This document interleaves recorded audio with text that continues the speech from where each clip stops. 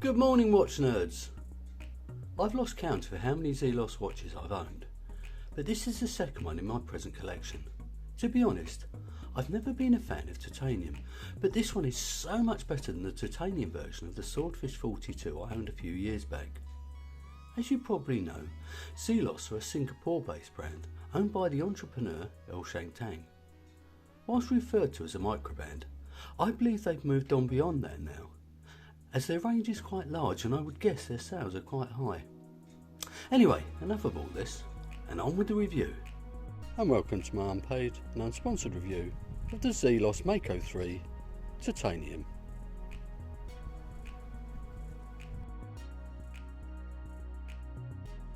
Okay then, let's get on with the dimensions. The case is 40mm, the lug width is 20mm, the depth including the box sapphire crystal is 13.8mm, and the lug to lug is only 46mm.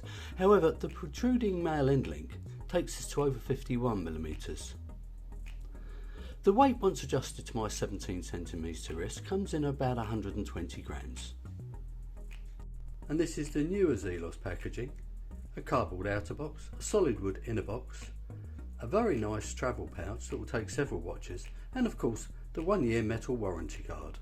And this is my watch of the day. It's the Steinar Ocean Vintage GMT 39.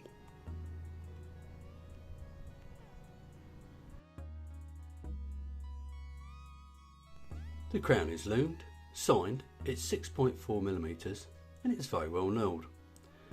It screws down to help the impressive 300 metres of water resistance, and the engagement is good, although not quite buttery smooth like, say, a Christopher Ward or a Glycine for example. As seen through the case back of my Islander ISL 131 is a movement I'm very familiar with. It's the Mako 9015.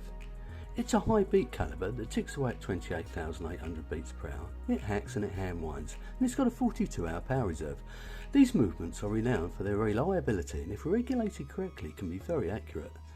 Some people moan about the noisy unidirectional rotor, but personally I've never found it an issue, and to be honest I can't hear it when it's on the wrist.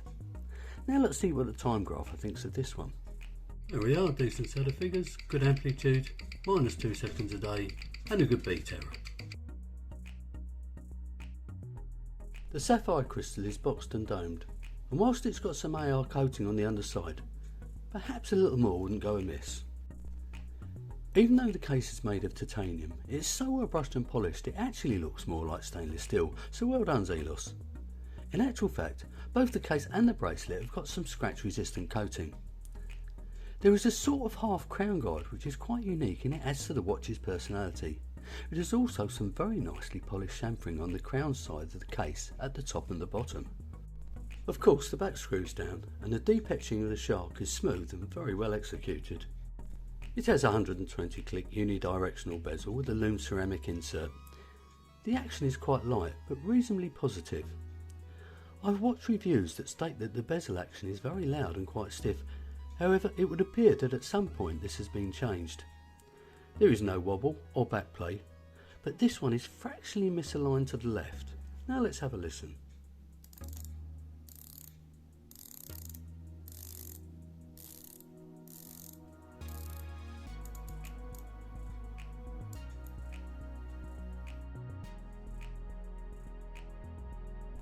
The minute track is set into the chapter ring and all the indices are applied. At the 12 o'clock is a Zelos logo, and there is a colour coded date window at the 6 o'clock. Above the date window it simply reads 300 metres and automatic. The dial itself has a swirly texturing and a slight fumo effect.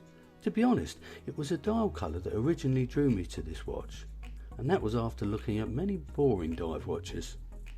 The hands and the indices have a combination of BGW9 and X1C3 lume, which like all Zelos watches is very generously applied.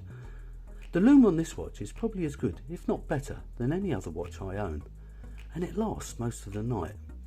Now let's have a look at this lume.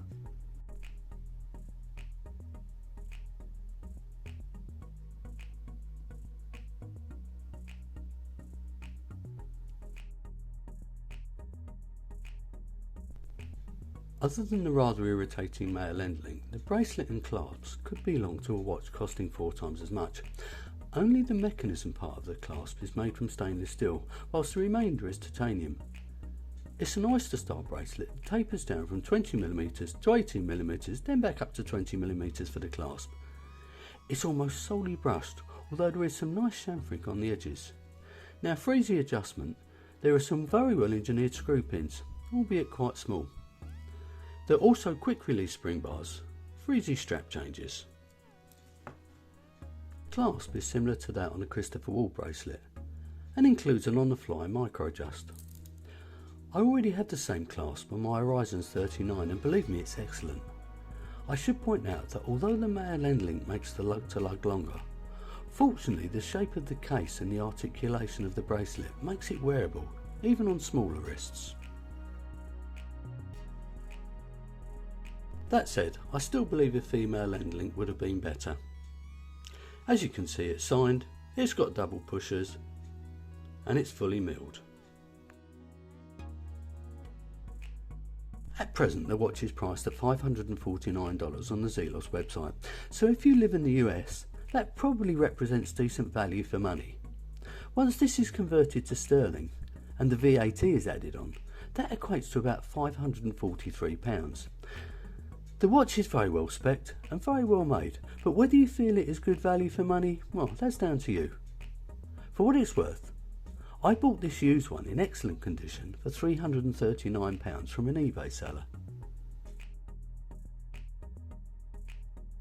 The watch was not new when I purchased it, but I suppose the slightly misaligned bezel could be considered a small issue. But is the watch design perfect? Of course not. My only real gripe is the male end links.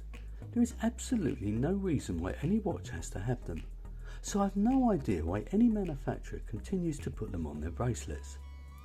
Other than that, it's a really excellent dive watch. The dial texturing and colour is fantastic. As usual for any Zelos watch, the loom is incredible. The bracelet and clasp are absolutely top notch. And of course, the movement is an excellent choice. So in summary, the first thing you notice when handling this watch is the fact Zelos don't appear to have cut any corners. If there is something they could have included or done, they've included it and they've done it. Zelos never fail to offer fantastic specification for what's on offer, and this watch is no different. The question is now, would I recommend the Zelos Mako 3 Ti? And of course, the answer is yes. That brings me to the end of this review, so if you've enjoyed it, please click on the like button, subscribe if you haven't already, leave your comments below, and make sure you enjoy the rest of your day.